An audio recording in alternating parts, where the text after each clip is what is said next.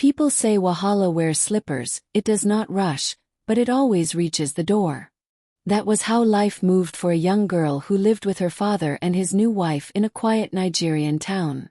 The girl was small, with bright eyes that held both fear and hope, like morning dew waiting for sun. Her father worked long hours at the motor park, and his heart was gentle, but his eyes were slow to see trouble at home. The woman he married walked around like life owed her respect. Her voice could cut yam without knife, and her steps always sounded like she was chasing somebody, even when she was only going to drink water. She liked sweet things for herself, fine wrappers, shiny earrings, food served hot, and everybody obeying her face. But for the girl, she kept only sharp words and cold plates. The girl washed plates till her fingers wrinkled. She swept floors like she was sweeping inside her heart.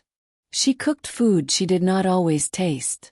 Yet she still sang small songs under her breath, the kind that bounce like cola nut in a dry bowl. Life had not fully bent her spirit, not yet.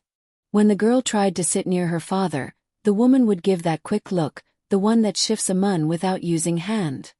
Her father would cough, pretend he remembered something, and stand. The girl would pretend she did not mind. She would hold her shoulders straight, even though she felt like an umbrella fighting wind.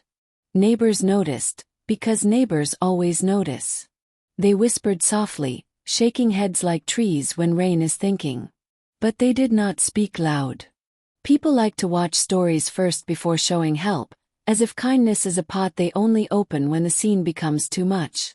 Still, the girl believed one thing strongly: seasons change. Harmattan never stays forever. Even the rooster rests its voice sometimes. She did not know how, but she felt life turning small, like a wheel slowly rising from mud. One evening, when breeze danced lazily and smoke from cooking fires curled like secrets, a moment arrived that would change everything. Not loud, not dramatic, just a tiny spark life used to write a new chapter.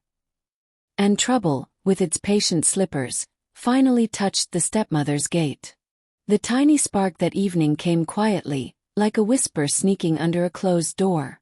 The girl had just finished scrubbing the last pot. Her hand smelled of soap and smoke, and a small tired smile sat on her lips because she stole a moment to breathe. But the woman saw her smile, and somehow, joy offended her spirit. So she called the girl sharply, voice flying like hot pepper in the air. "Why are you resting? Go to the backyard and fetch water. The bucket must be full before your father comes back." The girl nodded, no complaint, though her legs felt like old broomsticks. She carried the empty bucket and walked to the community tap. It was already getting dark, and the street lights blinked like tired eyes waiting for Nipa's mood. Children played last-minute games, chasing laughter through dusty breeze, and women packed up vegetables and pepper by the roadside. The girl reached the tap only to find water had stopped. A long sigh left her mouth, small and quiet like someone afraid of being heard by fate. Everyone knew what that meant. She had to walk farther, to the stream behind the mango trees. She walked slowly, her slippers tapping like soft drumbeats. Her heart prayed for strength. She didn't ask for much, just peace and a place where she didn't feel like a visitor in her own father's life. But dreams sometimes wear humble clothes before they grow wings. As she reached the stream, a voice called gently, "Why are you here alone this hour?" It was an elderly woman with gray hair wrapped neatly, carrying a calabash. Her eyes were steady like someone who had seen storms and survived them. The girl lowered her gaze. "I came for water, Ma." The woman studied her face, reading the quiet sadness like a book. "Young child, some burdens are too heavy for your size, but life is watching," she murmured. "No river forgets its source." The girl did not fully understand, but the words felt warm, like palm oil on cracked lips. When she returned home with the bucket balanced carefully, she found her stepmother pacing, worry hiding behind pride. The girl blinked. Trouble had shifted shape. And the evening was no longer ordinary. Life was turning slowly, like grinding stone beginning to bite grain. The stepmother's pacing was not ordinary pacing. It had that restless jump, like someone whose secret was trying to escape through their skin. The girl stood near the doorway, holding her bucket like it was a shield. The water inside trembled a little, same way her heart did. "You are just coming back?" the woman asked, voice sharp but eyes shaking small. It was strange. Usually, her anger walked with confidence. But this time, something like fear followed close behind. "Yes, Ma," the girl whispered. She kept her eyes low. Her spirit did not want trouble, but trouble sometimes behaves like stubborn goat, it follows without invitation. Before the woman could spit another command, the sound of hurried footsteps entered the compound. Two neighbors appeared, breathing hard. One woman held her head high like it almost ran away. The other kept glancing toward the street like news was chasing her. "Madam," one of them said, voice carrying heat, "we just saw your son near the junction, shouting and running like wind caught him. People are trying to hold him." The stepmother froze. Her face changed fast, like palm oil hitting hot pan. "My son," she gasped. The girl felt her chest squeeze. Her stepbrother, small boy with bright laughter and quick feet. He was always kind to her, always tapping her shoulder when she looked sad, whispering "don't cry" like it was his personal prayer for her. "What happened?" the stepmother cried, already rushing toward the gate. Her voice cracked, not like anger, but like fear cutting rope. Nobody answered clearly. Voices scattered, some saying he fell, some saying he saw something, others shaking heads like mystery was sweeter than truth. The girl followed slowly, bucket forgotten by the doorway. Her slippers slapped earth gently, her breath thin like thread. At the junction, people gathered, forming a circle the way curiosity always does in town. The boy lay on the ground, eyes wide, chest shaking like he swallowed thunder. Two men held him. A woman fanned him with her scarf. Someone sprinkled water on his face, like rescue lived inside droplets. The stepmother's scream tore through the noise, raw and helpless. She knelt by him, tears falling without pride to protect her. She touched his face again and again, calling his name like it might sew him back to calm. The girl stood behind her, heart trembling. Life had turned again. And this time, it wasn't gentle. The boy's breath came in short bursts, like his lungs were trying to remember their duty. People murmured, trading guesses the way wind trades dust. The stepmother held him tighter, tears rolling without shame. Before now, she always stood like queen of the compound, chin high, heart guarded. But at that moment, she was only a mother frightened of losing her child. "Who touched him?" she shouted into the crowd, voice cracking like old calabash. "Who did this to my son?" Silence answered at first, heavy like wet clothes. Then someone pointed at the sky, another muttered about spirits, and a man rubbed his chin as if wisdom might fall from it.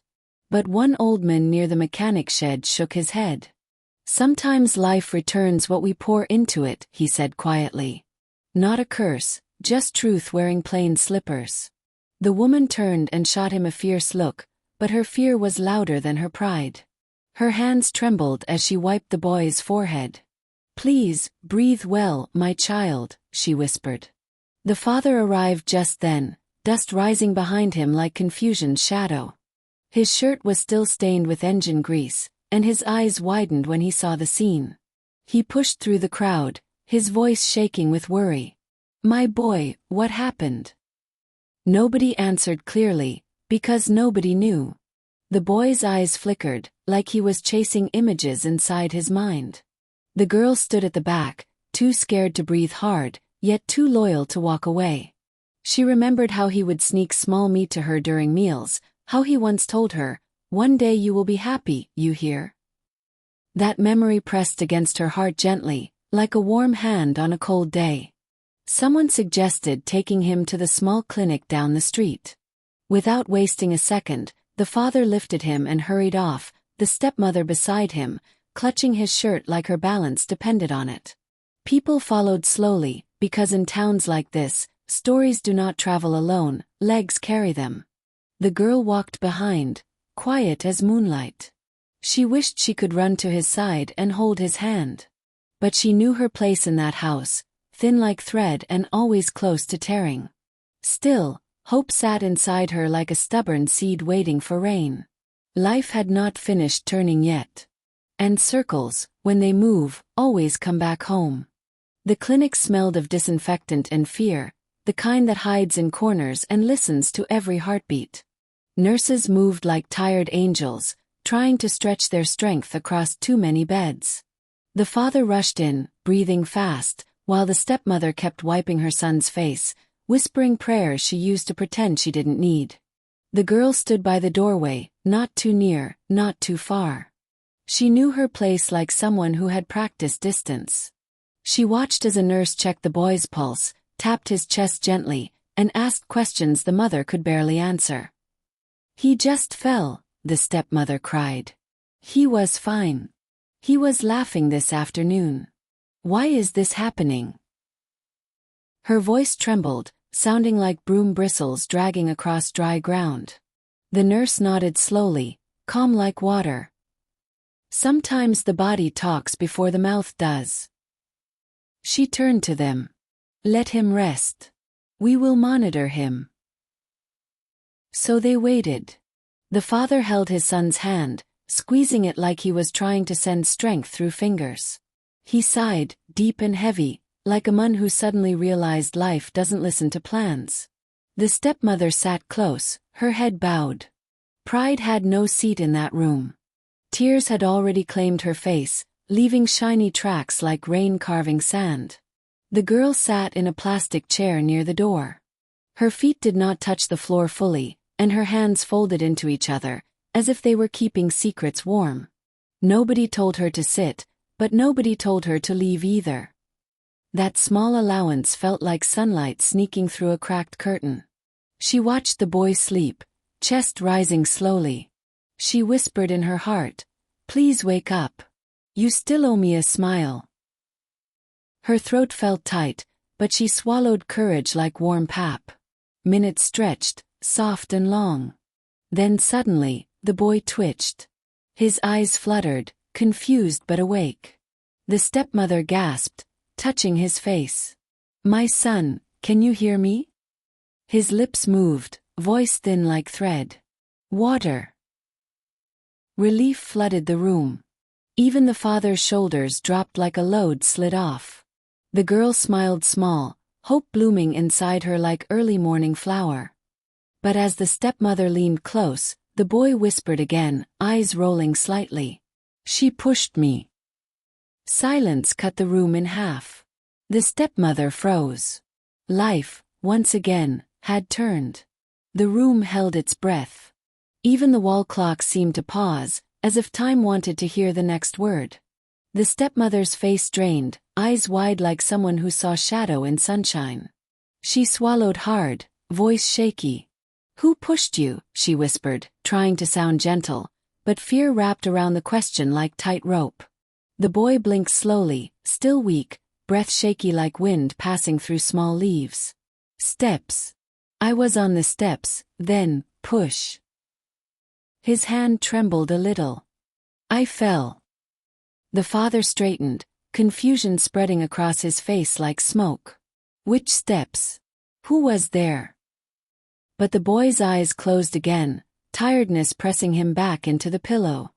His breathing steadied, but his words stayed hanging in the air, sharp like pepper seed in soup.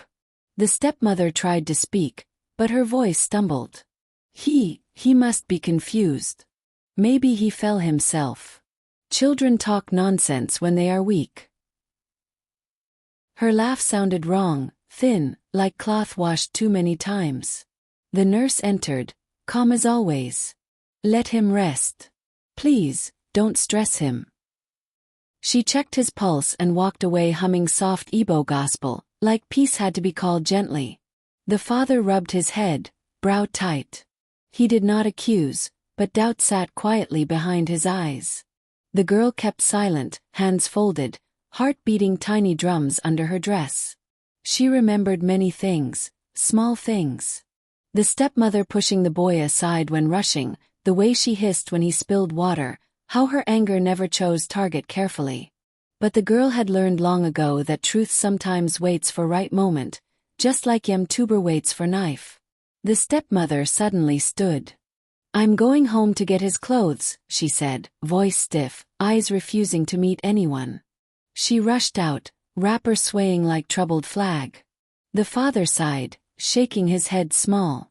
"Things are strange," he murmured. "Very strange." The girl finally spoke softly. "He will be fine, sir." Her voice was small yet steady, like a promise carried in careful hands. The father looked at her, tired but grateful. That tiny look felt like rain touching dry soil. Outside, night breeze whispered through mango trees. A dog barked far away. Life continued like nothing happened, but something had cracked open, quietly. Circles do not rush, but they always return.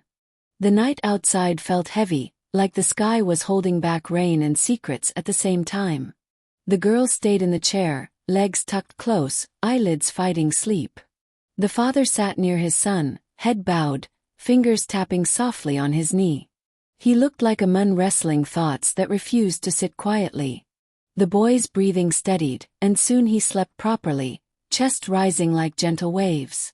The clinic lights buzzed faintly, and somewhere far, a generator hummed like stubborn cricket.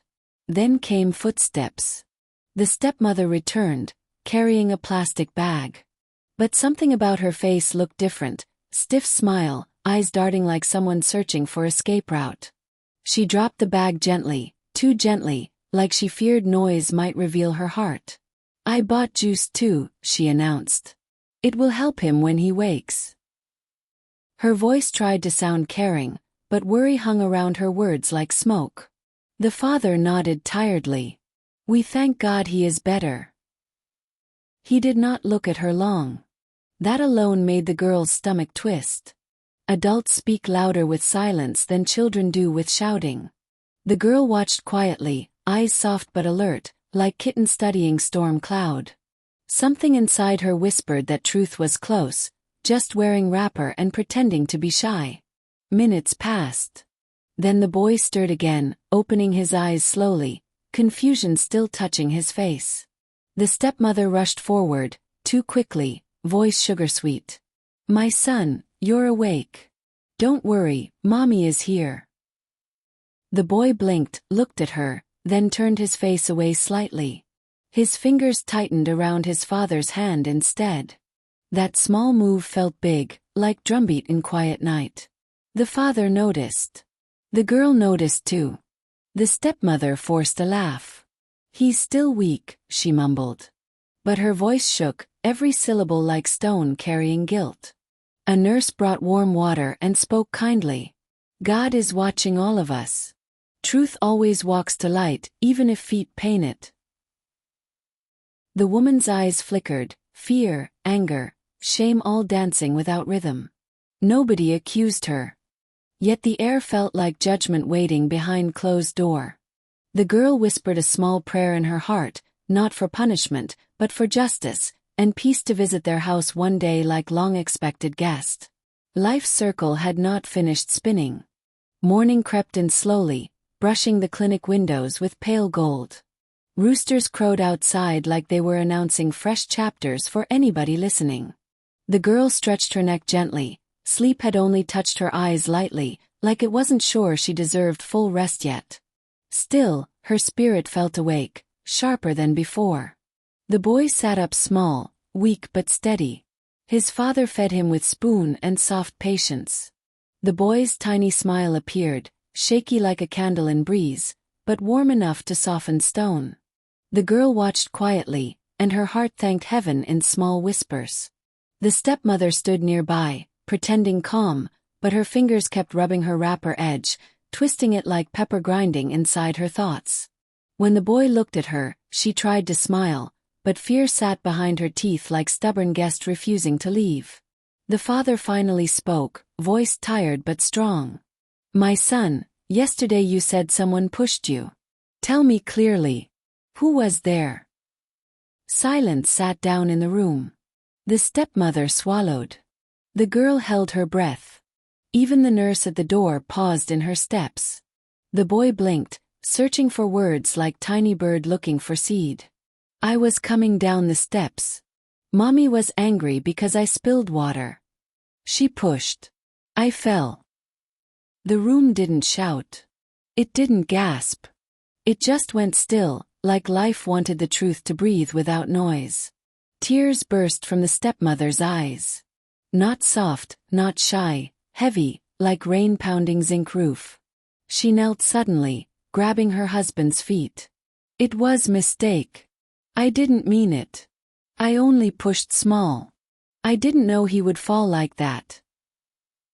Her voice cracked, shaking walls that pride once built around her. The father's face changed, not with anger first, but disappointment that felt deeper than punishment. His eyes dimmed like sun going behind cloud. You could have killed him, he said softly, voice cutting without raising tone. The girl stood frozen, hands clasped, heart confused. Part of her felt relief. Truth had spoken. Another part felt pity, because even hearts that misbehave still bleed when life drags them to judgment.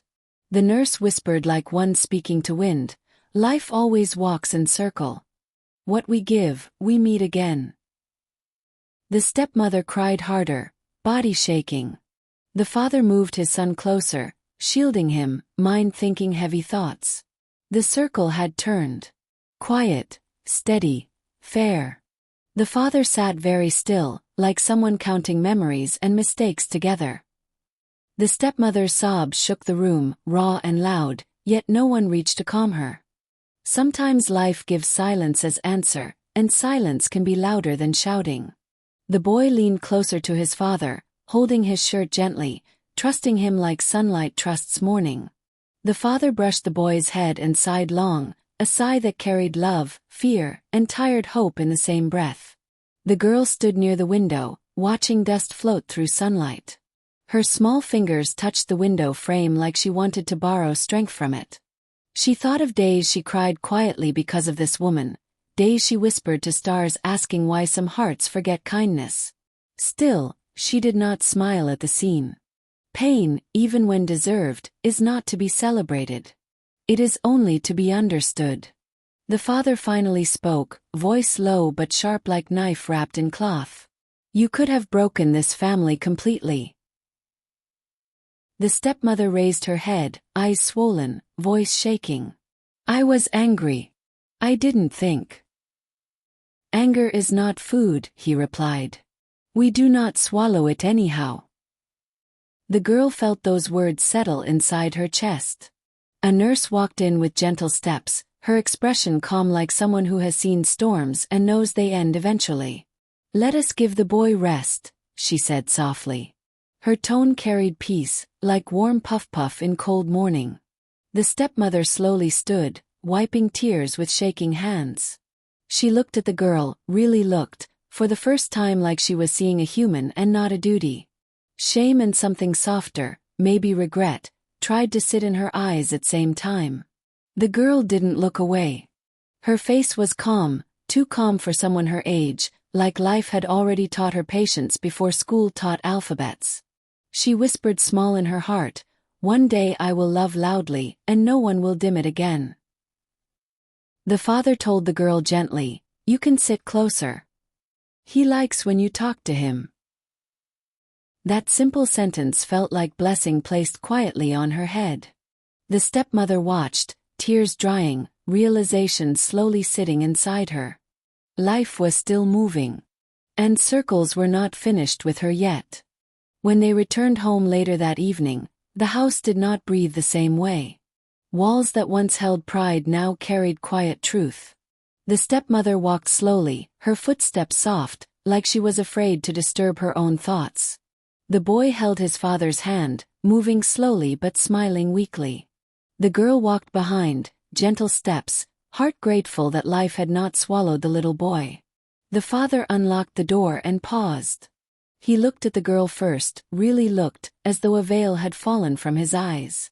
You are part of this home, he said softly. Not a shadow. Not a guest. Those simple words felt like breeze entering long-closed room. The girl nodded, eyes shining small. Her heart held the moment like treasure wrapped in cloth. The boy reached for her hand, squeezing with little fingers. "Sit with me," he whispered. She smiled. Soft, honest smile. For once, she didn't feel like she had to hide it. The stepmother stood aside, watching them. Her face carried the weight of her own choices. Regret sat in her eyes like rain clouds waiting to fall again. She approached slowly, voice small like morning dew. "I have hurt you," she said to the girl. "I forgot kindness. I let anger guide me." The girl looked up, surprised. The house had seen many things, but apology was rare like harmattan rain. The stepmother swallowed hard. "I will do better, if you can find space to forgive me." Forgiveness did not jump fast. It moved slowly, like snail on quiet afternoon road. But the girl nodded lightly. "I don't hate you," she said. "I only wanted peace." Her voice was gentle, steady, wiser than her small shoulders looked. The father placed his hand on both children's heads. "In this house," he murmured, "love will not be visitor again." His chest rose, heavy with promise. Evening breeze slipped through the open door, carrying sounds of children playing outside, pots clinking from neighbors' kitchens, distant smell of firewood stew. Life continued, as it always did. The girl sat beside the boy on the wooden stool. He leaned on her shoulder, safe again. The stepmother wiped her face, breathing slowly, learning humility in quiet doses. And somewhere in that house, seeds of change planted themselves down deep. Life had spun its circle. Returned. Corrected. Taught. And peace, small and shy, began to stretch its legs like someone ready to stay a little longer.